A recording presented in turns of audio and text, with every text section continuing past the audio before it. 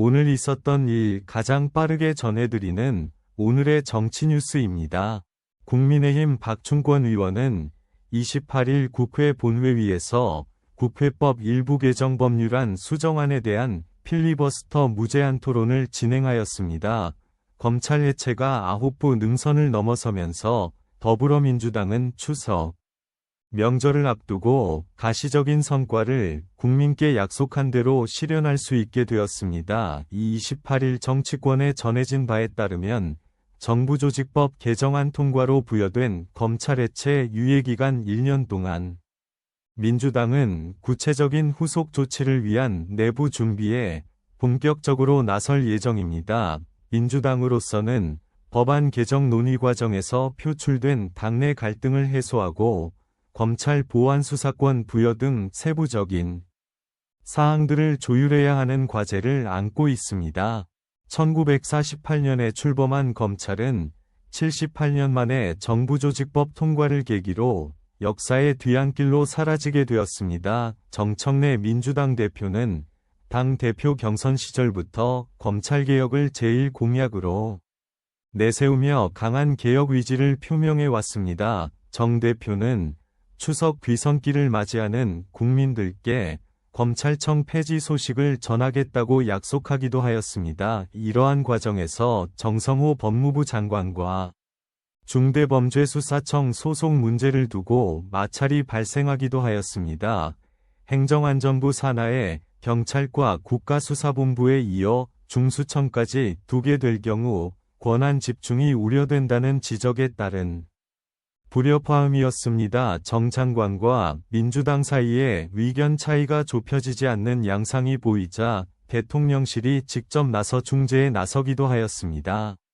그러나 최종 통과된 정부조직법에 의하면 중대범죄수사청은 행정안전부 산하에 편성되게 되었습니다.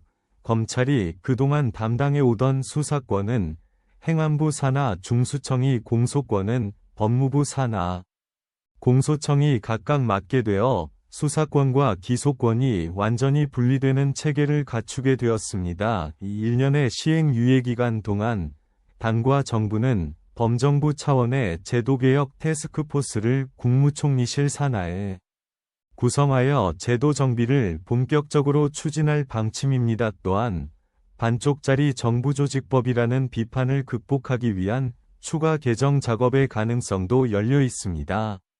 정부조직법 개정안에는 기획재정부를 재정경제부와 기획예산처로 분리하고 기재부의 예산 기능을 국무총리실 산하 기획예산처로 이관하는 내용도 포함되었습니다. 이 법안의 시행은 내년 1월 2일부터입니다. 그러나 민주당이 처음 추진하였던 금융위원회 개편은 막판에 무산되었습니다. 재정경제부는 실물경제와 세제만을 담당하는 부처로 남게 되면서 반쪽짜리 개편이라는 비판도 제기되고 있습니다. 예산 편성권이 기획예산처로 넘어감에 따라 재정경제부의 부처 장악력과 정책 조율 능력이 오히려 약화될 수 있다는 지적도 나오고 있습니다.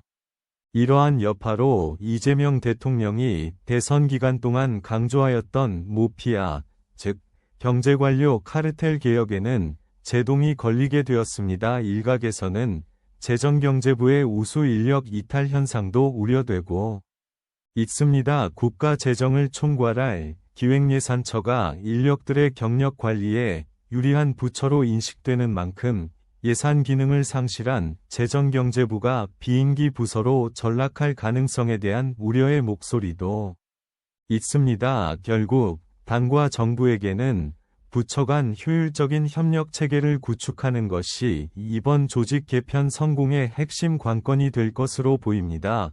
한편 국민의힘은 이번 개편이 부적절하였다는 점을 지속적으로 부각시키면서 정책 재고를 촉구하는 공세를 이어갈 것으로 예상됩니다. 영상이 유익했다면 구독과 좋아요 부탁드립니다. 구독자 여러분, 항상 감사합니다.